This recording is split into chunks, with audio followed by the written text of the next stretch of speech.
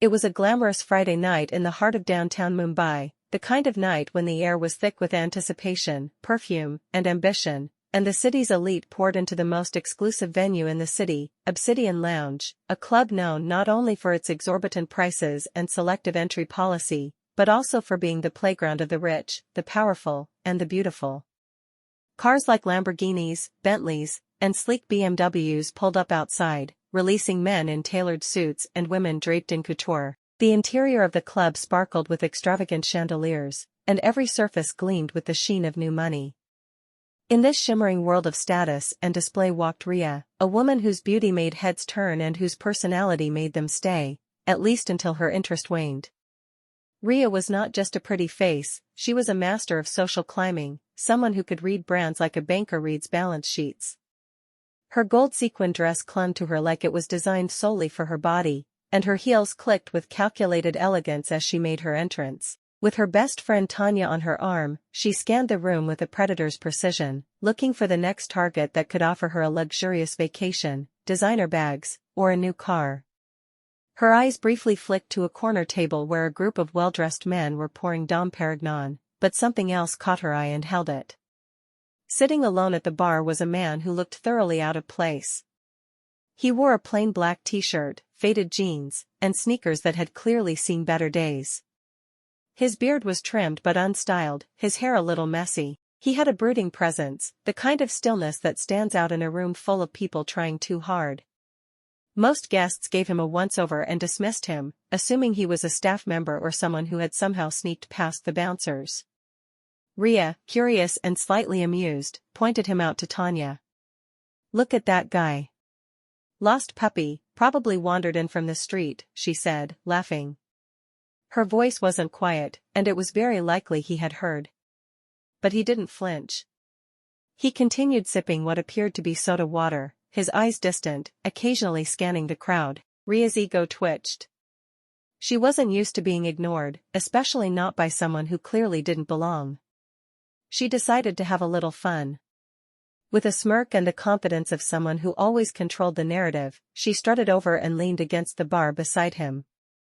"Hey," she said, her voice syrupy sweet with a poisonous undertone, "need a drink? Here, let me help."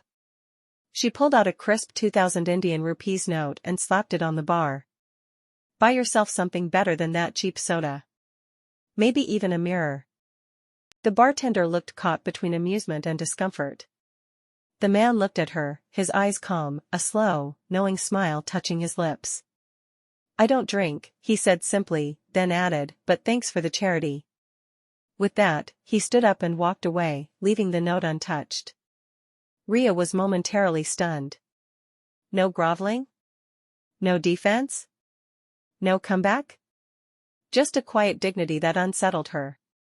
She laughed loudly, trying to regain control of the moment. "I guess even beggars have preferences these days," she called after him. Her comment earned a few chuckles from nearby tables, but not the reaction she was expecting. Tanya gave her a sideways look. "Maybe you went too far," she said. Rhea shrugged.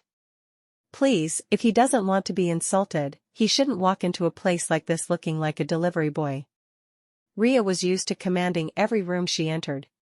She'd worked her way into elite circles by knowing exactly who to charm, what to say, and how to look. Her apartment in Lower Parel was paid for by an ex-boyfriend, her wardrobe filled with designer labels gifted by admirers, and her social media feed a carefully curated gallery of exotic trips, luxury brunches, and red carpet selfies. But beneath all that glitter, she felt an odd irritation she couldn't explain. That guy, Karen, she would later learn, hadn't played by the script. And that irked her. As the night progressed, the music shifted from high-energy EDM to a classy lounge vibe. The lights dimmed, and a tall, well-dressed man in a gray suit stepped up on the mini-stage near the dance floor. The club manager, known to regulars as Sundeep, took the microphone. "Ladies and gentlemen," he began, "tonight is a special night. We are celebrating the 3rd anniversary of Obsidian Lounge under its current ownership, and we are honored to have the owner himself with us for the first time in a long while." A murmur ran through the crowd. No one knew who the owner was, rumors ranged from movie producers to foreign investors. Please welcome, Sandeep continued, Mr. Karan Malhotra. Every head turned as the spotlight swung toward the bar, and onto the very man Rhea had mocked. He walked slowly to the stage, a staff member handing him a blazer which he wore over his plain t-shirt, transforming his look almost instantly. A silent hush fell over the room. Rhea froze, her heart pounding as realization crashed over her like a tsunami. Tanya's mouth fell open. No. Freaking way, she whispered. Karan took the mic, his demeanor composed. Thank you, everyone, he said, his voice calm but resonant. 3 years ago, I bought this place not because I wanted to run a club, but because I wanted to create a space where people were treated for who they were, not what they wore. I've been judged my whole life for looking like I didn't belong. Tonight, I came in looking like I used to. And I wasn't disappointed. Some things never change. Gasps and murmurs echoed. Rhea's cheeks burned as dozens of eyes turned toward her. She wanted the floor to swallow her. She tried to slip out quietly, but the room wasn't done with her. Karan, not mentioning her by name, continued, it's easy to respect the powerful, the wealthy, the well-dressed. But true character is revealed in how we treat those we think can offer us nothing. He raised his glass. To better nights, and better people. The crowd applauded. Rhea stood like a statue, the sting of humiliation numbing her. For the first time, she felt truly exposed, not physically, but in her intentions, her shallowness. Tanya nudged her. You should apologize. Rhea nodded numbly, waiting for her chance. Later, when Karan was greeting guests, she approached. Karan, she began, her voice unsure. I just wanted to say I'm sorry about earlier.